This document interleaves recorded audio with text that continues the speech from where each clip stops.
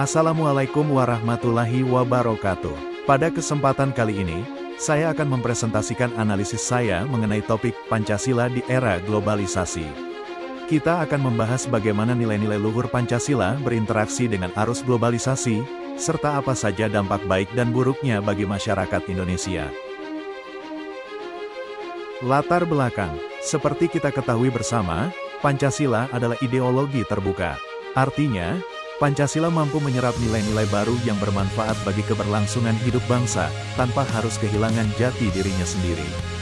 Namun di era globalisasi seperti sekarang, ketahanan ideologi Pancasila kembali diuji. Arus informasi begitu deras, teknologi digital berkembang pesat, dan berbagai ideologi dari luar bisa dengan mudah masuk melalui media informasi yang dapat diakses oleh seluruh lapisan masyarakat, terutama generasi muda. Di tengah derasnya arus informasi tanpa batas ini, Pancasila hadir bukan sebagai penghalang, melainkan sebagai filter dan kompas moral. Pancasila adalah identitas kita yang membedakan bangsa Indonesia dengan bangsa lain di tengah homogenisasi budaya global. Pertanyaannya, apakah globalisasi ini membawa dampak positif atau justru mengancam eksistensi Pancasila di tengah masyarakat kita? Dampak positif Pancasila di era globalisasi. 1. Karena Pancasila adalah ideologi terbuka, globalisasi justru memberi ruang bagi Pancasila untuk terus relevan. Nilai-nilai baru yang positif dari luar bisa diserap dan disesuaikan dengan kepribadian bangsa Indonesia. 2. Teknologi digital bisa dimanfaatkan sebagai alat yang efektif untuk menanamkan nilai-nilai Pancasila kepada generasi milenial. Misalnya lewat konten-konten kreatif di media sosial yang dikemas dengan bahasa sederhana dan menarik, sehingga lebih mudah diterima anak muda dibandingkan pendekatan yang kaku dan penuh teori. 3. Keterbukaan informasi mendorong masyarakat untuk lebih kritis. Dengan akses informasi yang luas, masyarakat punya kesempatan lebih besar untuk belajar, berdiskusi, dan memahami penerapan Pancasila dari berbagai sudut pandang.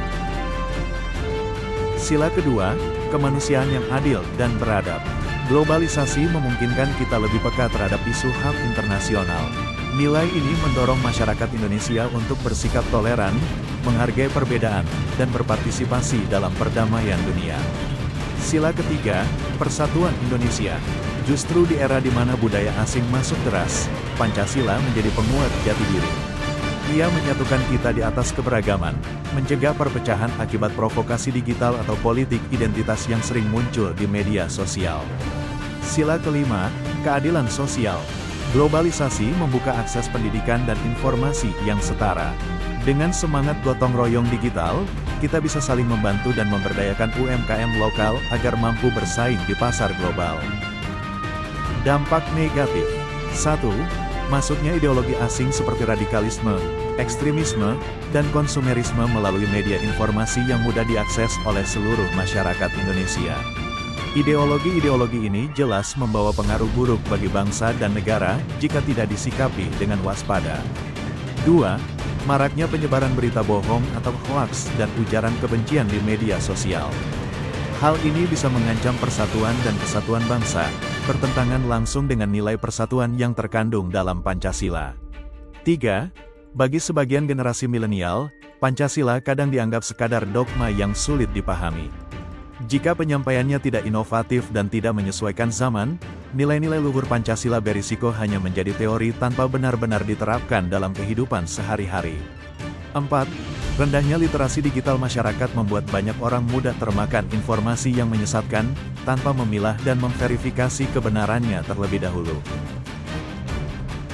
Erosi nilai budaya, westernisasi. Masuknya budaya asing secara masif seringkali menggerus nilai ketimuran dan sopan santun.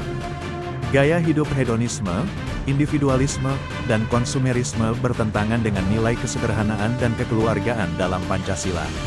Radikalisme dan intoleransi, ruang digital yang bebas kadang disalahgunakan untuk menyebarkan paham radikal yang anti-Pancasila. Ini mengancam sila pertama, ketuhanan, dan persatuan bangsa. Kesenjangan digital, jika tidak dikelola dengan adil, globalisasi bisa memperlebar jurang antara yang melek teknologi dan yang tidak, sehingga bertentangan dengan cita-cita keadilan sosial bagi seluruh rakyat Indonesia. Solusi dan rekomendasi. Menurut analisa saya, ada beberapa hal yang bisa dilakukan untuk menjaga eksistensi Pancasila di tengah arus globalisasi ini. Pertama, penanaman nilai-nilai Pancasila perlu berbasis digital, dengan bahasa yang sederhana dan dekat dengan pengalaman hidup generasi muda sehari-hari. Kedua, penguatan literasi digital masyarakat perlu terus digalakkan, seperti yang sudah dilakukan Kementerian Komunikasi dan Informatika melalui berbagai program webinar literasi digital, agar masyarakat lebih bijak dan kritis dalam bermedia sosial. Ketiga, peran lembaga seperti BPIP atau Badan Pembinaan Ideologi Pancasila menjadi penting untuk mengawal integrasi Pancasila, baik secara kultural melalui pendidikan dan media, maupun secara struktural melalui kebijakan dan regulasi. Jadi, kesimpulannya, globalisasi ibarat pedang bermata dua bagi Pancasila. Di satu sisi membuka peluang besar untuk memperkuat dan menyebarluaskan nilai-nilai Pancasila secara lebih kreatif dan relevan.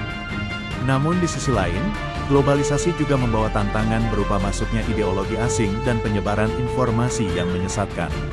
Sebagai generasi penerus bangsa, tugas kita adalah tetap kritis, bijak dalam bermedia sosial, dan terus menjadikan Pancasila sebagai pedoman dalam bersikap di tengah derasnya arus globalisasi. Demikian analisa yang dapat saya sampaikan. Kurang lebihnya saya mohon maaf, dan terima kasih atas perhatiannya.